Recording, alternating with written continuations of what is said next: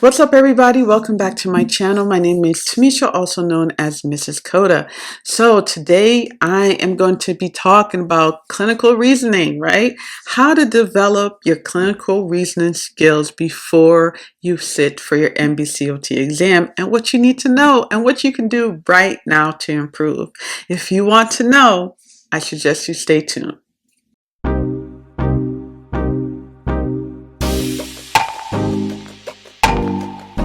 Okay. So, when you think about clinical reasoning, what comes to mind? That's the first thing you should ask yourself. So you really understand, what is clinical reasoning, right? So I want to present this to you. I want you to always think about this one word, and the one word is why, right? Why? Why is this being done? Okay, so when you are approaching anything, any diagnosis pertaining to your patient, your first thing is, why am I doing this? Okay, so that's the first thing I want you to think about, is the why, right? After you think about, okay, why am I doing this? How you can build on that why to come to the conclusion is, the first thing is, you want to keep up to date with research and evidence-based practices. So up to date with research and evidence-based practices. You want to be up to date with the theories and the principles, right, that have been put in place. This is understanding what your MOHO means. This is understanding your frameworks. This is having a understanding of what has worked in the past and what advancements are we seeing now in the future, what may have not worked in the past and what is currently working now in the future. Okay, so having an up-to-date knowledge is very vital to helping you to develop your clinical reasoning skills, because you really want to understand what is the reason behind the treatment or the services provided. The next thing you want to be able to develop to improve your clinical reasoning skills is to improve on your anatomy, physiology, and pathology. Okay, so pathology is, you want to improve on your understanding of different types of diseases, right? Because we work with a patient population where there's diagnoses, right? So you want to have an understanding about that. You want to have an understanding about your anatomy, your physiology. You need to know, how does the body function, right? What is the function of particular muscle groups? What is the function of particular nerve routes? And how is it going to affect your patient, right? Because having this foundational knowledge is going to help you to understand, remember, that why, right? And that is going to help you to build on your clinical reasoning skill.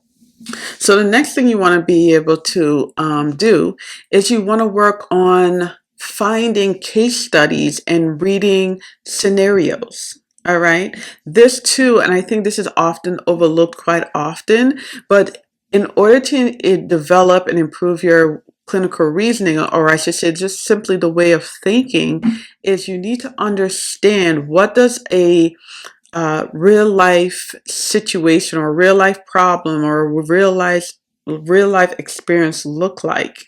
And by understanding this, then you can start putting the pieces together. So I definitely suggest looking up case studies. And if you don't know where to look, you can definitely go ahead and get my book right here, 12 Case Studies, where I provide you with 12 different cases, the person's name, their whole history, how an evaluation looks like, a brief little snippet of what's happening, and then I break down the intervention, the documentation, and you get to see all of that and how that flows. Okay, so if you want to see, like, have an idea on how do you work with a patient within a skilled nursing facility, what does a scenario look like, or a daily case looks like, you can definitely get my book here. I mentioned you could get my book, but you can also check out this video right here as well.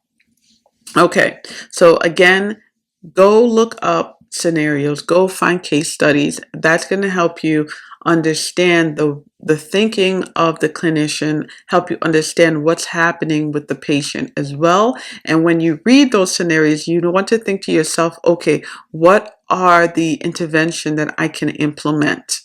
All right, to help this person improve.